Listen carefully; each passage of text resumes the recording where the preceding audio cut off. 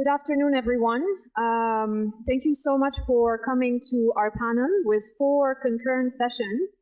We are spoiled for choice over where to go, so it's a pleasure to have everybody here. My name is Dr. Sara Shahab. I'm a senior research fellow at the Anwar Gargash Diplomatic Academy, and it's a pleasure to see a lot of friendly faces, colleagues, friends, but also new ones that we hope to interact with throughout the session and beyond at the forum. So let's get started. I'm going to briefly introduce our panel, and I'm also going to introduce our esteemed panelists today. And we're going to be going over a very active discussion with our panelists. If you look at the screen over there, you will see a QR code, and we encourage everybody to submit their questions by scanning the QR code. I will receive all the questions on this iPad. This is a very techy forum, so I'll receive all of your questions, and then I'll field them to our panelists as we go. So I encourage you all to scan the code. So let's get started. Our panel is called Rewriting the Rules of Economic Security, and this is a very crucial topic at this time, especially when considering the global disorder, whether it's political or economic, that is happening in the world today, and that the world has gone through ever since the COVID-19 pandemic.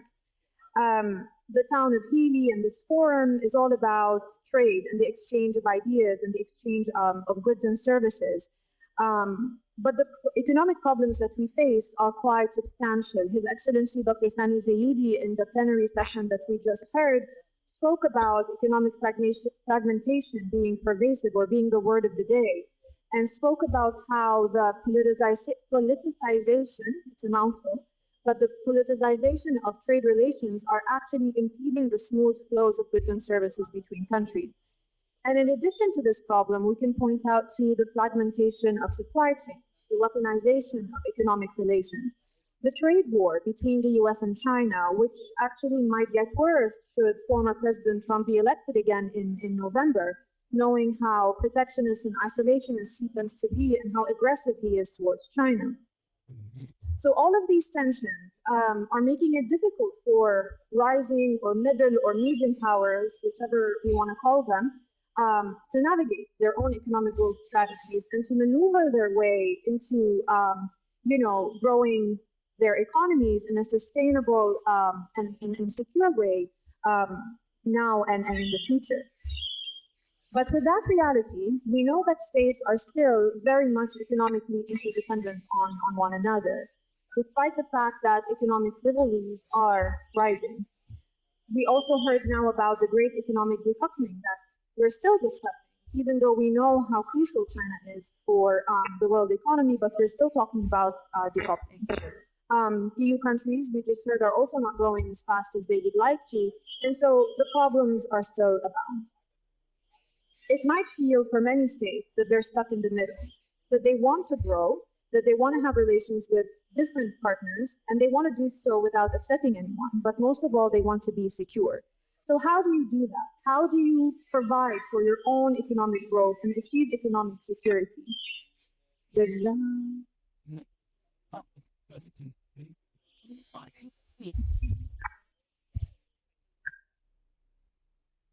Sorry. Okay, so the trick is that everybody else's mics should be off. It's only one at a time. So do I need to repeat everything, or did everybody hear? Okay, very great. All right, I'm glad that everybody heard that. So where was I? Yes, so I was saying, how do you basically continue growing your economies, attracting more and more foreign direct investments? How do you continue emphasizing economic cooperations? How do you navigate these tensions, these geopolitical tensions, without really upsetting everyone? And how do you create new partnerships and new investments in the process? I always give the example that, I've been with the Anwar Gargash Diplomatic Academy for a very long time. I've been there since June 2015. And just to let you know how important this topic is, from 2015 until 2021, if you ask me how many trainings and how many classes about economics we actually delivered, I would tell you it was just one. And that was a course on international political economy. Since 2021 until today, we have added 4 or 5 additional classes on different topics relating to economics, and even more training courses on economic diplomacy and economic security. So that goes to show you how important this is for the UAE and the region. So I want to unpack all of these ideas. How do you build economic security, but how do you remain open and competitive? How do you build economic resilience? And how do you create partnerships in the midst of everything that's going on? And to do that, I have with me three esteemed panelists that I would like to introduce to you very briefly. We have Dr. Jean Fares, who is the Senior Economic Advisor to the UAE Minister of the Economy. We have Akira Igata. He's a project lecturer at the Research Center for Advanced Science and Technology and the director of the Economic Security Research Program at the University of Tokyo in Japan. And he's just flown in from Tokyo. So thank you for being with us despite the jet lag. And last but not least, we have Andrew Weatherall, who is an economist and research team leader at the Japan Bank for International Cooperation Representative Office in Dubai, which also covers the rest of the Middle East. And I also want to introduce our two discussants for today. We have His Excellency Dr. Nasser al-Sheikh with us, an Emirati economist, and Dr. Mohammed Trabulsi, who is an economic advisor at the ECSSR. Our two discussants will be providing their own thoughts and questions at the end of this panel discussion. Okay, so let's get started. I'm going to start with a sort of basic question just to get the ball rolling, which is, what is economic security? How do you define it in the context of your work? And I want to ask Andrew and Jean perhaps to reflect on that, maybe from the Japan side, but also from the UAE side. Thank you, sir. Also to Anwar Gargash Diplomatic Academy, its Center for Strategic Studies and Research, for the invitation to speak on your inaugural Hili forum. I'm not an expert on economic security, so I can give you a simple and personal definition of how I define economic security. I think it has got essentially two parts. The first part I would put on as resilience, and resilience to shocks. And obviously COVID-19 has highlighted that, but there are many previous examples which predate COVID-19. The global financial crisis, the Dubai shock, and we've seen how the UAE has changed the introduction of golden visas, for example, which manage the potential flight of Emirati populations, just being one such example. So that sort of the resilience idea has one eye on today, strong in terms of being resilient to shocks. The second aspect of economic security, as I see it, has got one eye on the future, and that is the future proofing and looking at making sure your economy remains relevant going forward. And again, in the UAE, we're seeing a big focus on technology, but we're also seeing it in the energy transition. So as a traditional oil and gas supplier in a world where maybe we transition away from hydrocarbons, what's going to replace that? Hydrogen could be a potential new source of energy going forward. So maintaining you're relevant in the future. That's my simple definition: resilience and future proofing. And just to give you a couple of examples of how JBIC is thinking about this, JBIC is a wholly owned by the Japanese government. We're a sort of policy-based financial institution. And Japan is a resource-poor country. So if I look at the traditional historical relationship between Japan and the UAE, that has sort of been based on the supply of hydrocarbons, oil and gas from the UAE to Japan. And that's been very helpful for supporting the Japanese economy, but equally the RT economy development in return. So it's sort of been primarily a bilateral relationship historically. And JBIC, being resource poor, has had good relations with the likes of ADNOC. We've provided in the past 6 multi-billion-dollar loans. to support the stable supply of oil to Japan, and that has helped Japan's economic security, but also the UAE's. But this session is called Rewriting the Rules of Economic Security. And if I look at how things might change a little bit, in July this year, JBIC did its 7th loan to ADNOC, and this came from our green operations. And this is a sort of credit line open to ADNOC to support their decarbonisation efforts. Not only ADNOC, but also its subsidiaries, and not only in the UAE, but also internationally. So what I think this has the potential to do is expand that traditional bilateral relationship from Japan UAE to broaden that out to Japan, UAE, to potentially the global south parts of Africa. So JBIC financing can support ADNOC, and ADNOC and its subsidiaries, maybe Mazda, can get involved in renewable projects in parts of the world, and that will enhance not only Japan UAE economic security, but broader interconnectedness will broaden support the economic security of the system. Jean, I want to turn to you if you can give us your own take on what is economic security and how do you think maybe the UAE or the Ministry of Economy is doing that? Thank you, Dr. Sara. And again, I want to thank the organizers of this event and the panelists as well. I'm very happy and excited about this conversation today.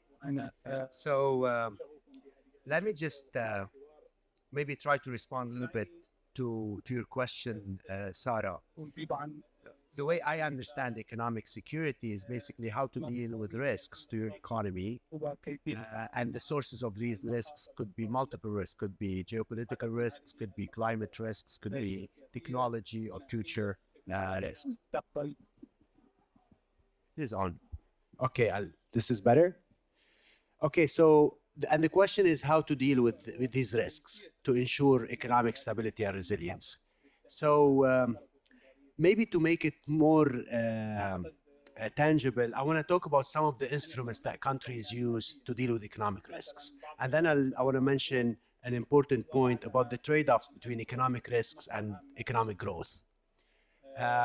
When we think about how countries respond to economic risks or to risks that are threatening their economy, particularly in the geopolitical sense, we talk about trade restrictions like tariffs, for example, imposing tariffs.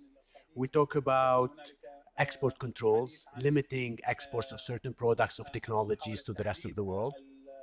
We talk about foreign direct investments limitations to avoid investment in some of the critical sectors, for example, in some economies. We talk about supply chain diversification, and there's a lot of that discussion going on today, and we heard it on the panel on the stage earlier, and I guess we're going to talk much more about it in this discussion. We talk about subsidies to local industries. So there is sets of instruments that countries usually use to deal with economic risks, and each one of those has obviously advantages and disadvantages.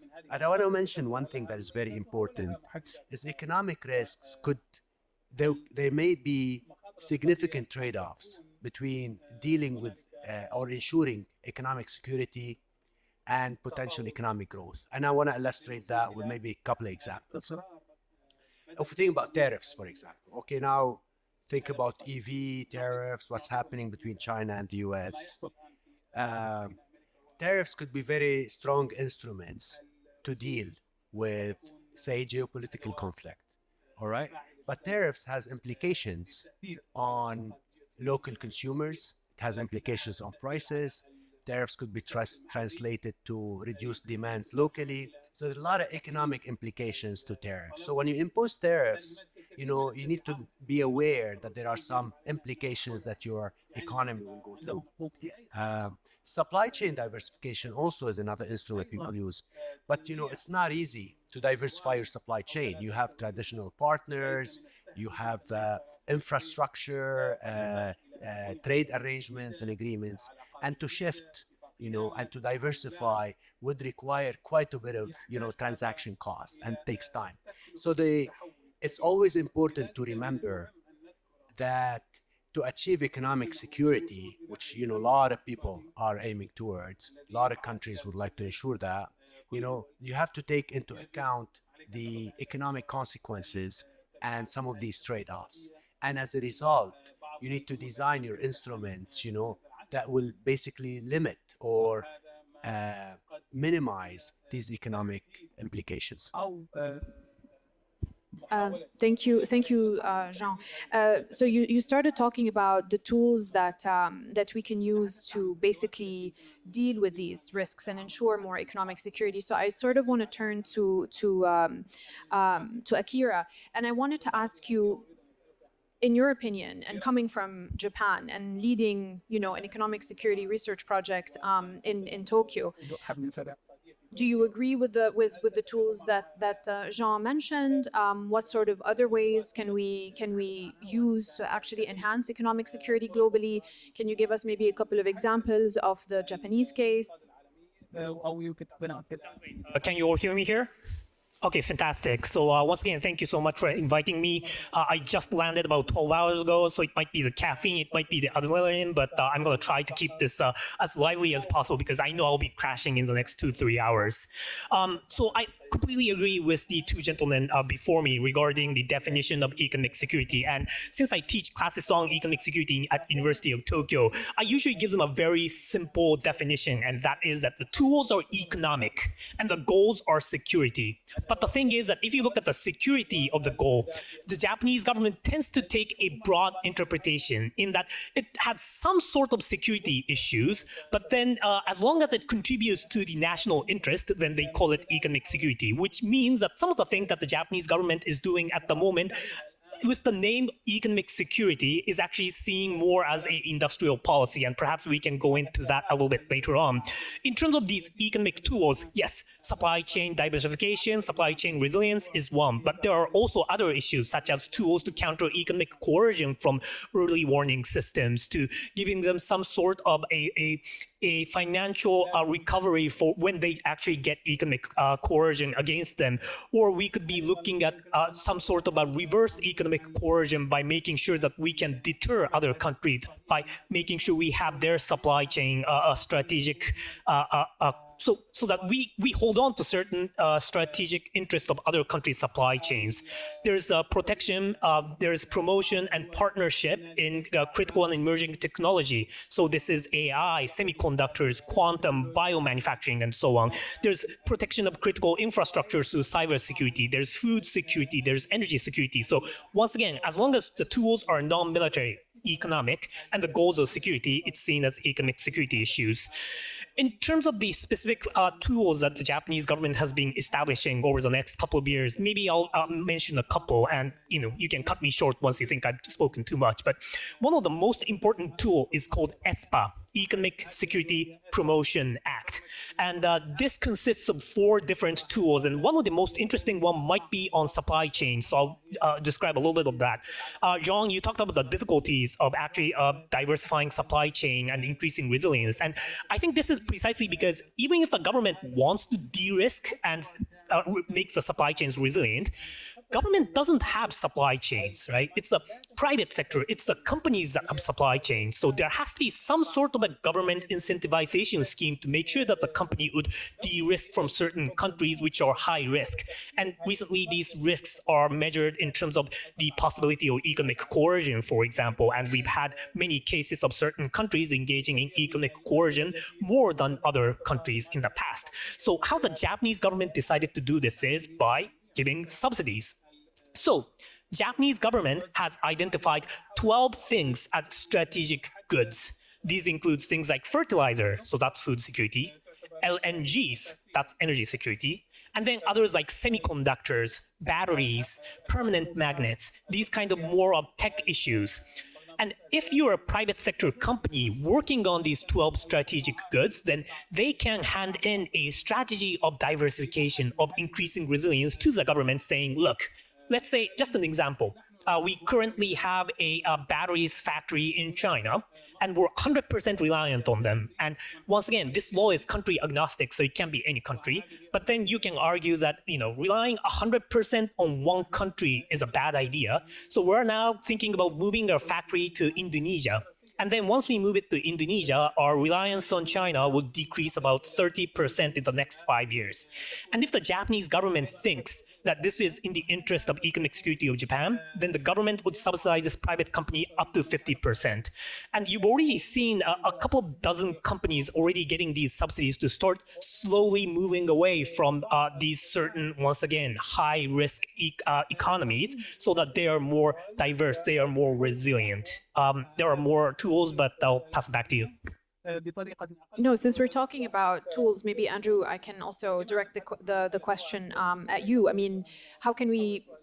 I mean, Akira, you mentioned subsidies among other things. Are there other tools that you perhaps think could help us reduce our,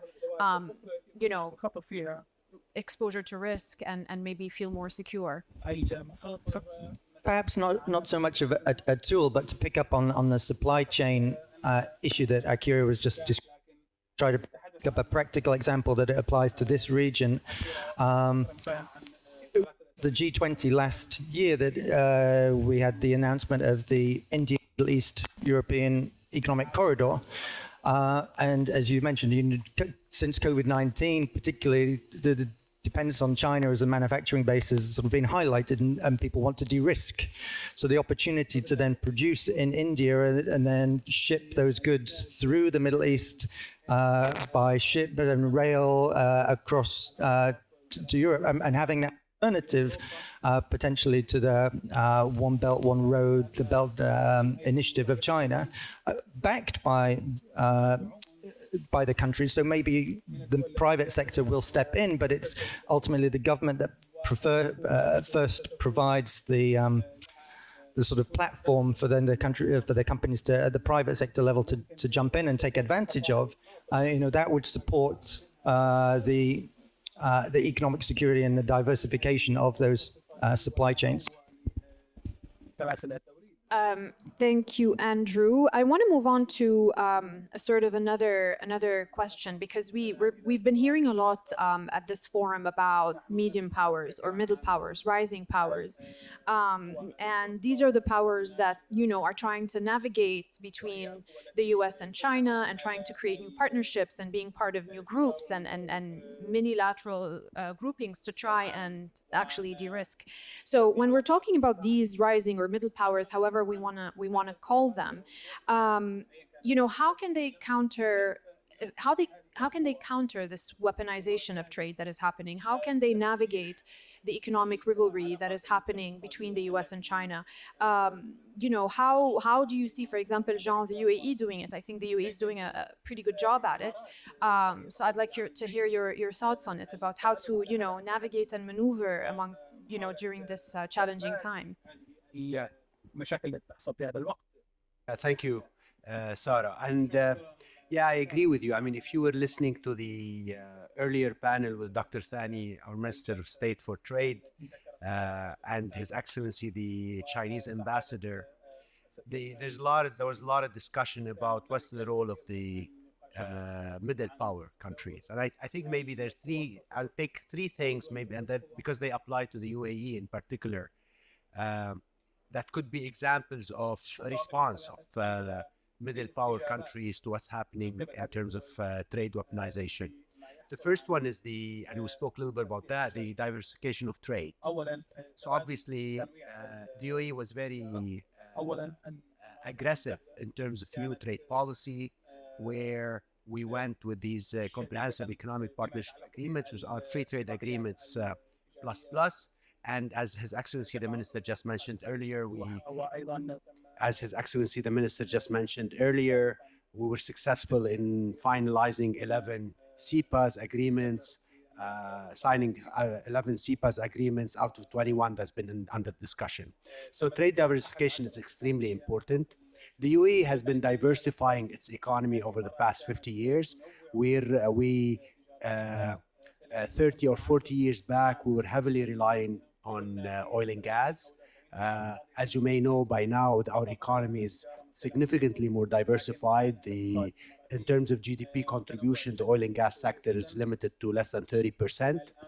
Even in Emirates that are extremely rich in oil, like the Emirates of Abu Dhabi, the Emirates of Abu Dhabi now has 50% of its GDP is in non-oil.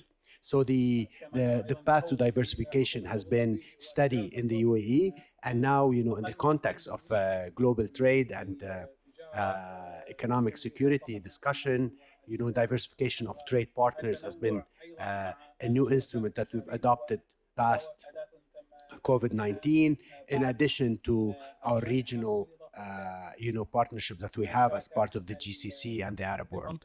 So diversification of trade is extremely important, and being part of some of these regional alliances has been helping quite a bit. And I guess that for the UAE, this will continue going forward. We spoke earlier about, the diversification of trade. It's not free. I mean, there's nothing free in the world, There's no free lunch, as economists say all the time. It takes time, it takes effort, it takes investments. Changing partners is actually a costly thing, and it takes a long time. So it's easier said than done. Of course, countries would like to diversify trade, but there's significant cost to that. Let me mention two more things very quickly. Building domestic capacity is also very, very important. If you want to be more resilient to external shocks, you need to have a strong domestic economy, whether on the production side or on the consumption side, quite honestly. So you need to have strong industries. You need to have you need to invest in sectors that are very important to your economy, that could sustain external shocks. Let me give you an example. In the UAE, when COVID-19 hit, 3 or 4 of our biggest sectors were immediately affected. Oil, remember, oil was negative, traded at negative prices at one point. Tourism, transportation, logistics, trade, everything that was we were externally exposed or vulnerable to that shock. So you need to move away from these sectors to build strong security and strong resilience. And the UAE is a very good example in actually doing that through a series of economic reforms and industrial policy type reforms. And finally, let me just say one more thing on middle powers: engagement with multinationals. So we really need to, we really need to continue to engage. And again, here the UAE is a great example. Last year we hosted the WTO annual ministerial meetings. We continue to be extremely active on the multilateral front, and this is an extremely important platform for middle power countries to use. Akira, can we hear your thoughts on what middle or rising powers can do to, limit themselves from the threat of trade weaponization? So you talked about how to limit these negative impact of countries, superpowers taking new economic security policies. But I want to shift the perspective a little bit and say, yes, we need to limit the negative effect of all of this, but there's also a way to maximize some of the new opportunities that's rising from this shift. So, for example, you look at Southeast Asian countries in the Indo-Pacific, and they always have this slogan called DMUC, DMUC, don't make us choose. No matter which international conference I go in, they always say DMUC, DMUC, DMUC. We don't want to choose. But the thing is that they are also aware of these new risks as well. So they're saying that, look, it's got to be country agnostic, right? There's no way to say, oh, it's China, or yes, it's US, or no, it's Russia, or so on. But to be very practical in terms of what we have to do in order to reduce the risks and increase opportunities. And to do so, perhaps one thing that the countries can do, and what the Japanese government is starting to do, is for the government to try and provide more information, economic security intelligence, to their companies. Because once again, these private sector companies, especially those who are doing businesses in both US and China and EU, they need to have these kind of new information in order to both, once again, minimize risks, but also look for new opportunities, because new restrictions being created in the US, in EU, in China means there are now new opportunities, and there should be ways that Japanese companies can provide to those needs. So once again, if the Japanese government can help in providing these kind of risk assessment, opportunity assessments, then that would help the economy in general. Second, playing to your strengths, right? Of course, you can say middle powers, and that includes a lot of different countries. For instance, if it's countries like Canada or Australia, then you have critical minerals. You have these kind of rare earths that all of these developed countries want. Play to your strengths. You can try to develop and increase investment in these areas so that you can provide them as, once again, the new opportunities of countries moving away from certain risks from countries like, once again, China, Russia, and others. So once again, looking at what are the strengths of your region, what are the strengths of UAE, that's the first question that you have to ask. And lastly, jumping on to your points about how all of this being costly. Yes, security is costly, but I want to add on to that and say it's not just a dichotomy between economy and security. There's also values issues. For example, if you want to go green, if you want to do something good for the environment or human rights or democracy or whatever values you want to pursue, you really have to pick your poison in a way, right? Because let's say you want to go green. Well, to do so, it's going to be either cheap Chinese solar panels, or you want to increase your security by diversifying away from China or Russia or those countries, then you have to take the poison of economy and say, we're going to be sacrificing economic efficiency to make sure that we buy very expensive things from other countries. So once again, you kind of have to look at what you're going to be sacrificing in order to pursue others, in order to push for economic security policies. Just jump in. When we're talking about middle powers, there's also an opportunity for the middle powers to work together to sort of amplify their voices. Of course, we know the superpowers are probably the biggest shapers in the room, but if the middle powers can come together, then they can make sure that their voices are heard and they've got ways to shape things. So if I think about the example of artificial intelligence, it's new, there aren't any global rules yet to be written. We know the UAE is to be a global leader by 2031, but is already making great. Japan has got a good technology base, and we know that the UAE President Mohammed bin Zayed attended G7 this year in Italy, and specifically attended a session on artificial intelligence. Japan is the only Asian country that sits in the G7, so there's opportunities for middle powers like Japan and UAE and others to come together to try to shape that discussion, make sure that the rules aren't imposed on them from West by China. Yes, please. Two very quickly points. One, Japan has just created AISI, IC, or AI Safety Institute, in order to try and make sure they are most engaged in these kind of international rulemaking on AI safety. Two, the Japanese government has been much more effectively pushing for the innovation of AI, which means that they're not saying, look, we're not going to have hard laws to regulate AI development, and we're going to be pushing more for innovation, which means that the risk assessment is a little bit different from the so-called Western countries, right? You've got a country like US and UK and EU saying that maybe we should put more hard restriction on AI development for various reasons, but the Japanese are saying, no, we're going to push forward more with innovation. So there might be a way for us to collaborate there. Akira, you've taught us a lot of fun acronyms today. IC, DMARC, there's a lot, but I wanna get Andrew and Jean's views on this DMARC. Don't make us truth, but I think it's interesting because I had a question here about retaliation, economic retaliation. So when these middle powers, rising powers, are sort of stuck in the middle, or when they refuse to basically, be drawn to one camp versus another, do they basically say DMARC, or do they work on their economic retaliatory capacity, or do they perhaps choose to look inwards, as Jean was saying, and to invest more and to focus more on building their national capacity and basically rejecting this economic coercion? So can I get your thoughts on this, retaliation and DMARC versus, let's just, make ourselves stronger? Yeah, sure. Listen, I think I do agree with the point that we should not always look at the risks and the challenges, but also try to find some of the opportunities for middle power countries when we're in this situation where the superpowers are in great conflict. But I do agree also that middle income and middle powers is a very diverse group, and different countries might have different challenges, and they might have different ways to capture or leverage some of the opportunities. So it's tricky, but I think the point is, and I think it's always, as was also mentioned earlier on the plenary panel, is we should always be looking for opportunities in an environment like this. And the idea is we should not choose sides. And we should not choose sides for so many reasons.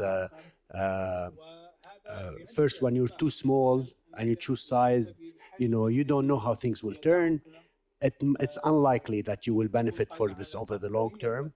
And second, you're just cutting yourself off, multiple other opportunities that might arise in the future. So I'm fully with this, not Dimak. Yeah, I think this is if you can. I mean, sometimes it's very difficult to do, but one way to ensure that you have the space to do that, sometimes you just can't, is basically to promote resilience, internal resilience. And this is directly to your point, Sarah. I think when you talk about retaliation versus reduced vulnerability, the more you have the internal capacity and capabilities to reduce your exposure to vulnerability, the more space you have to say, I don't need to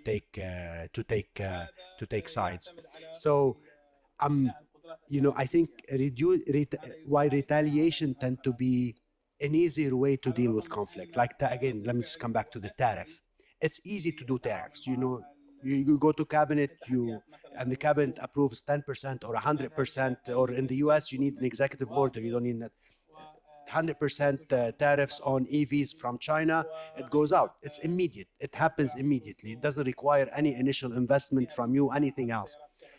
But the implications in terms of escalation, in terms of impact, as we said earlier, impact on your consumers is very, very high. On the other hand, if you try to build resilience through diversification of your economy, diversification of your trade partners, a deeper supply chain across different markets, this is a long-term process. It's not immediate, but it gives you that sort of resilience. So I think countries, and they do both, and it's not easy to cut. It's not easy to cut it, one way or another. The more you have, the more you're resilient, the more space you have to make your own decisions. That's the difference.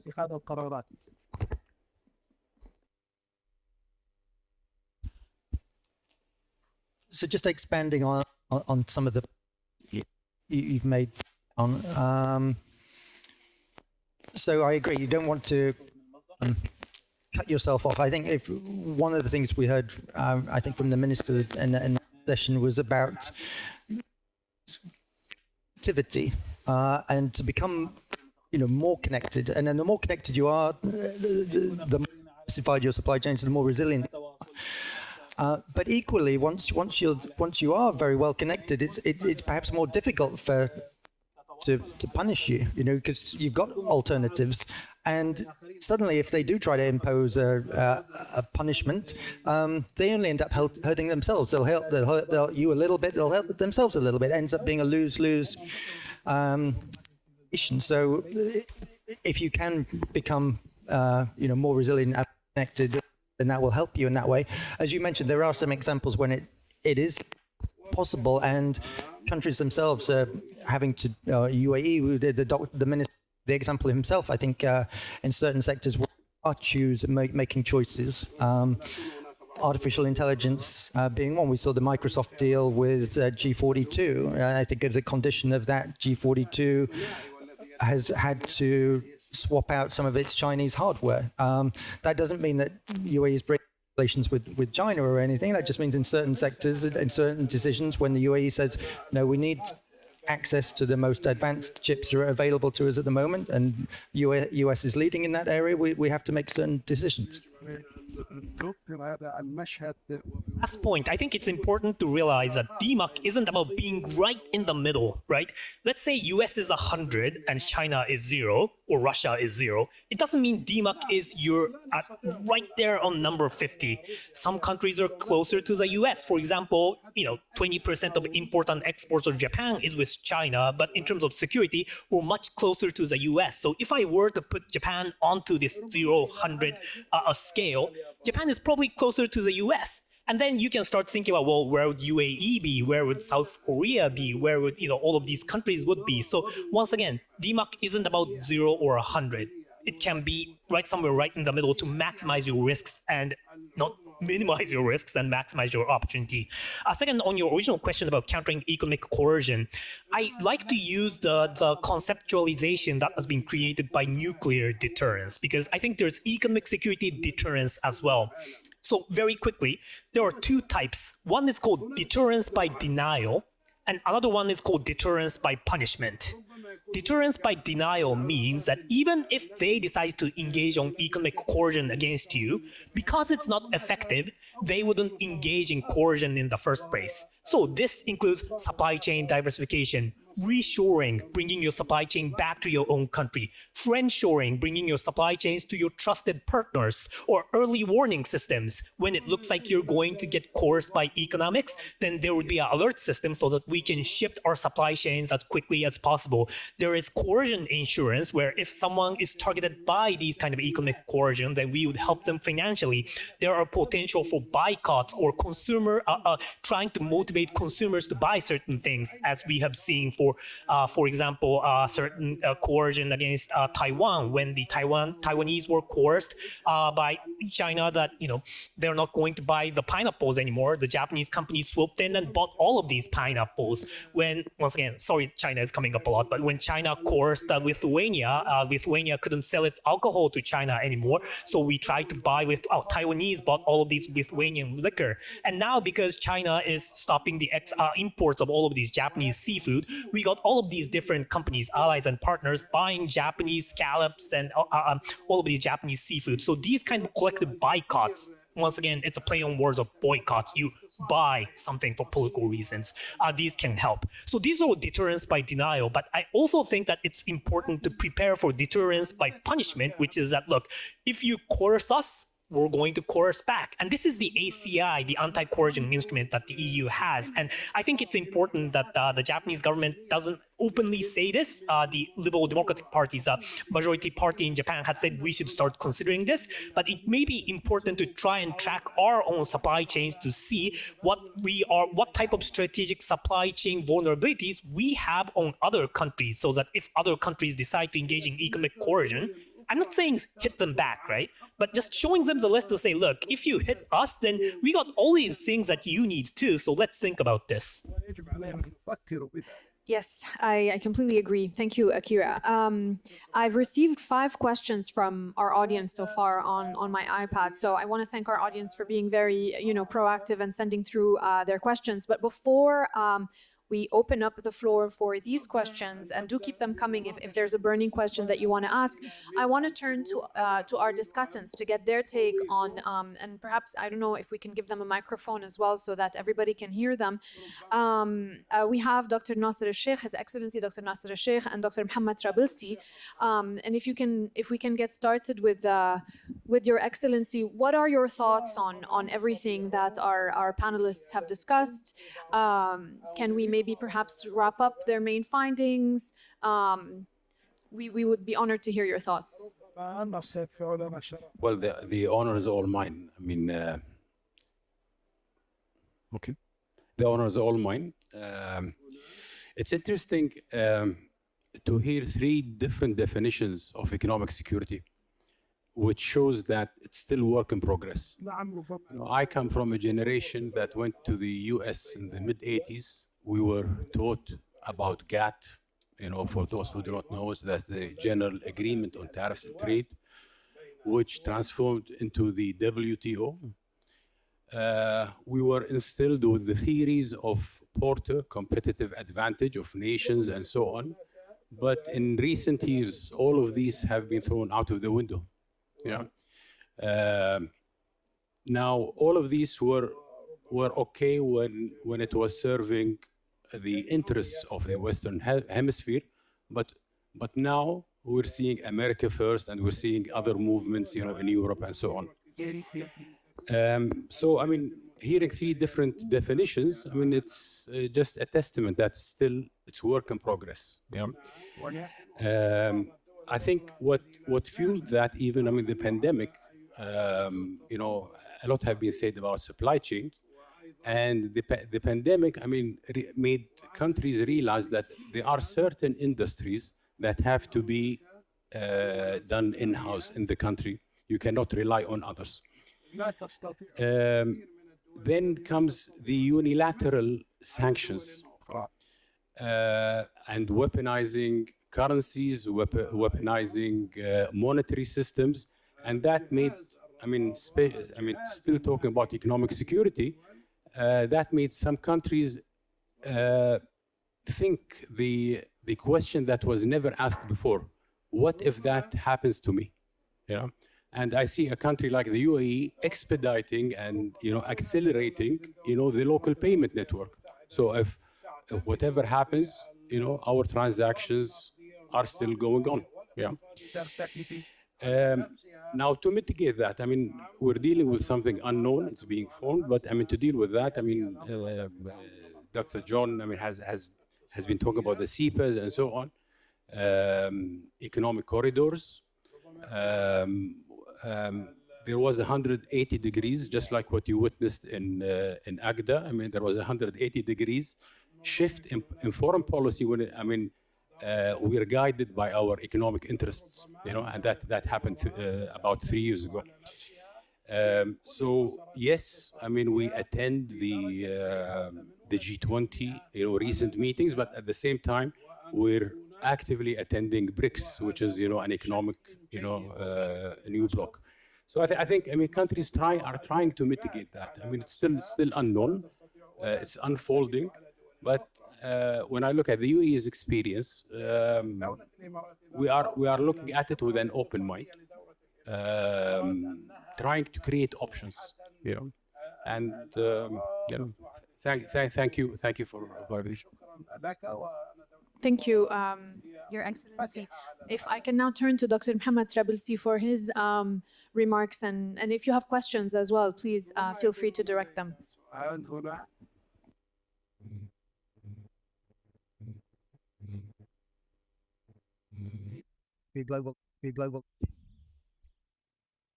Thank you. Do you hear me now? Right. Okay. Thank you. I'm not going to be long, just 3 to 4 minutes, but I'm going to sum up in a way that's maybe goes around what has been said and highlighted about economic security. Thank you to the distinguished speakers, Jean, Akira, and Andrew. Economic security is all about what is ensuring stability and growth for any country. And for all what has been said, raised by Jean, Akira, and Matthew, I can talk about trade diversification, strong financial system, large infrastructure, human capital, preparedness for crisis. UAE was very well prepared for the COVID-19 crisis, the environmental sustainability, the engagement with the international community, international cooperation, and finally, the technological advancement. All these factors, I think, may make the different elements that could raise the economic security. Jean talked about the risks, and of course, it goes in this direction. Akira talked about the DMAC. What I would raise here is the following: is the difference between the instruments, the effects, or the consequences, and the long term and the short term. I think the main question and the key word is that any country can go for a choice of tariffs, subsidies, but we have to keep in mind the effects on the short term versus long term. And this is, I think, the key word in all the discussion.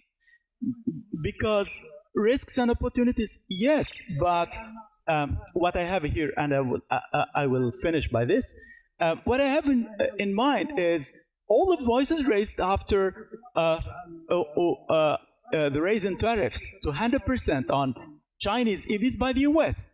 Trump, who is very famous for the executive order, raised the executive order of Trump, said instead of 100%, I would make it 200%. But this is populism. The issue is not 100% or 200%. What about? Because the raise of heavyweights in terms of economists, they said, hey, look, this it's not gonna benefit the American economy in the long run. This would make lazy companies, and the Chinese are very active outside. They will find markets. They will find always ways to develop their trade. So this is what I wanted to say. Sorry for being long. Thank you so much. Thank you, the distinguished speakers. I have to say, I learned a lot from them today. Thank you so much. Thank you, Doctor. We also learned a lot from you. Thank you, Your Excellency, as well for your interventions. I want to now turn to the questions that we received from the audience. I'll try to summarize them as much as I can, and to field them to who I think would be the best person perhaps to answer. But I do encourage everybody to jump in. The first one is about de-dollarization, and do you think that we're gonna see de-dollarization, with the power of the BRICS Plus group expanding?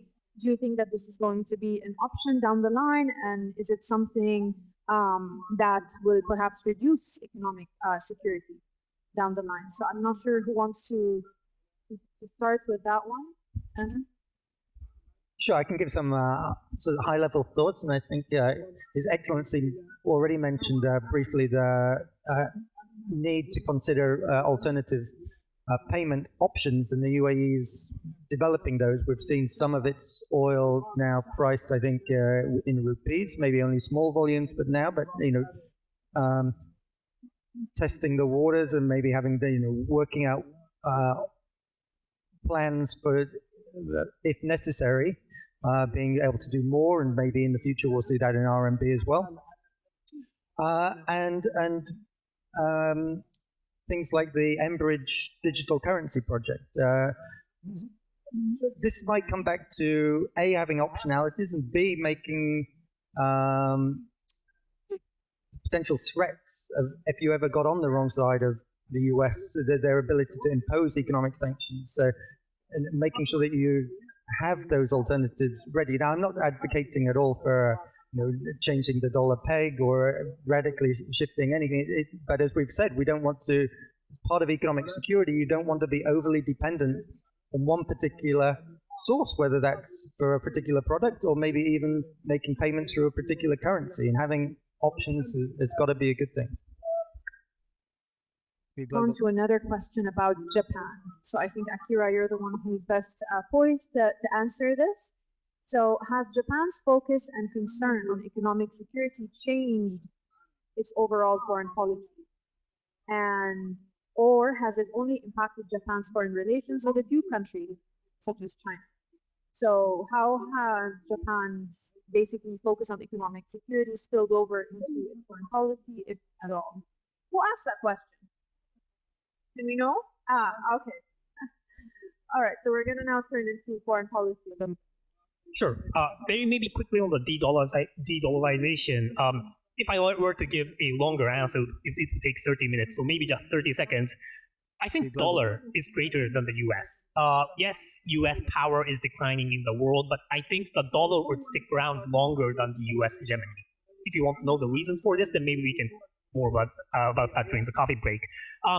Did Japan's economic security policies impact foreign policy? I mean, I would argue that Japan's economic security is part of its foreign policy as well, because you increasingly see Japanese government using economic security as some kind of a tool, an economic statecraft, if you will, in order to try and enlarge Japan as a player in the world. So, for example, you not only got a more strategic use of official development assistance (ODA) towards other countries, but now the Japanese government has created a new form of an economic tool called OSA, Official Security Assistance, where the Japanese government is now giving more subsidies to, let's say, Southeast Asian countries on, let's say, a maritime patrol and MDAs, maritime domain awareness, and so on, which has implications more on a security issues.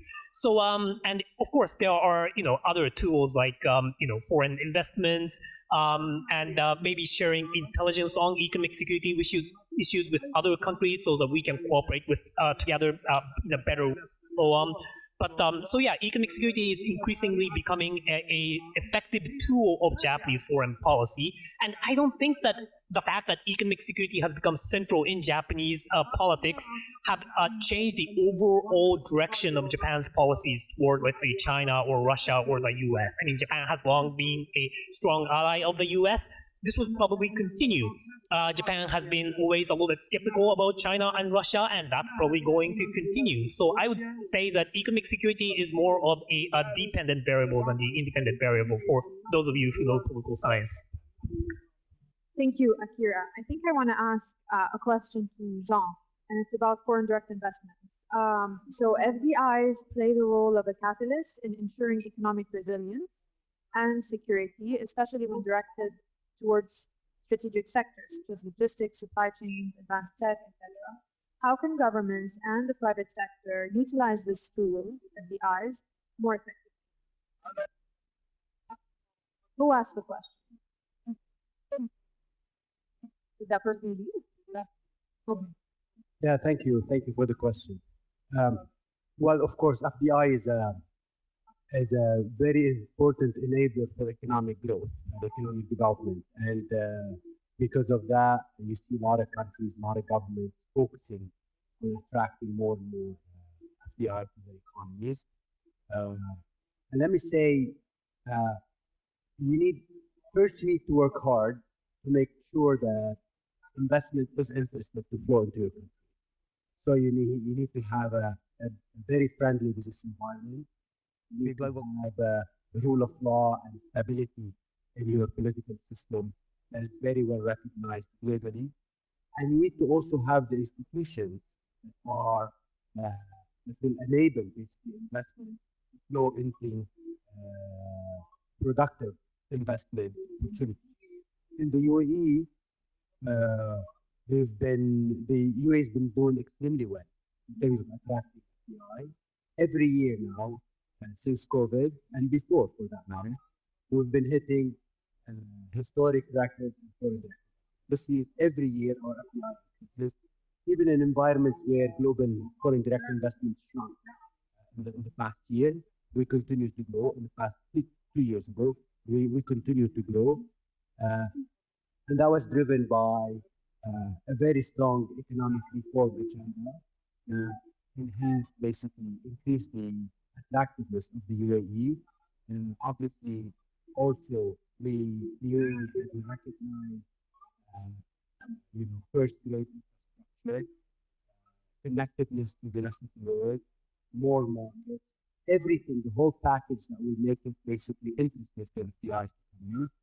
The second component that is extremely important is once investment, how do you make sure those productive capacity? Very important to make sure that this is private sector driven. So the private sector is smart, and private sector knows what to do. So you want to make sure that this decision is left to the private sector to invest in economic investment opportunities that are most profitable, most productive. And you need to make sure that the government continues to play a role of enabler, as opposed to, engage in more decisions around where investment should be. Okay, there is one more question from the audience that I would like to ask before wrapping up with concluding remarks, which is, what is the role of economic blocs and minilateral groupings in writing the rules for economic security? And do they? And I'm adding this is my own take, because you know they could be very instrumental and influential in rewriting the rules of economic security, but they could also be a destabilizing force if they're seen to be, a block towards the United States or the West. So can you perhaps, and this is open to anyone who'd like to answer, what are your thoughts on these economic blocks and these mini-laterals that we're now seeing? First of all, I think the question we have to ask is, why are these minilaterals popping up, right? And I'm not as privy to the situation here in this region, but at least if you look at my region in the Indo-Pacific, you have the new Quad, Japan, US, Australia, India. You have AUKUS. You have Indo-Pacific Economic Framework. You have various trilaterals from Japan, US, ROK, Japan, US, Australia, Japan, US, Philippines, Japan, US, India. And then you have the CHIP 4, which is Japan, US, Taiwan, and South Korea on semiconductor issues. You have various new AI cooperation popping up. You have other quantum trilaterals.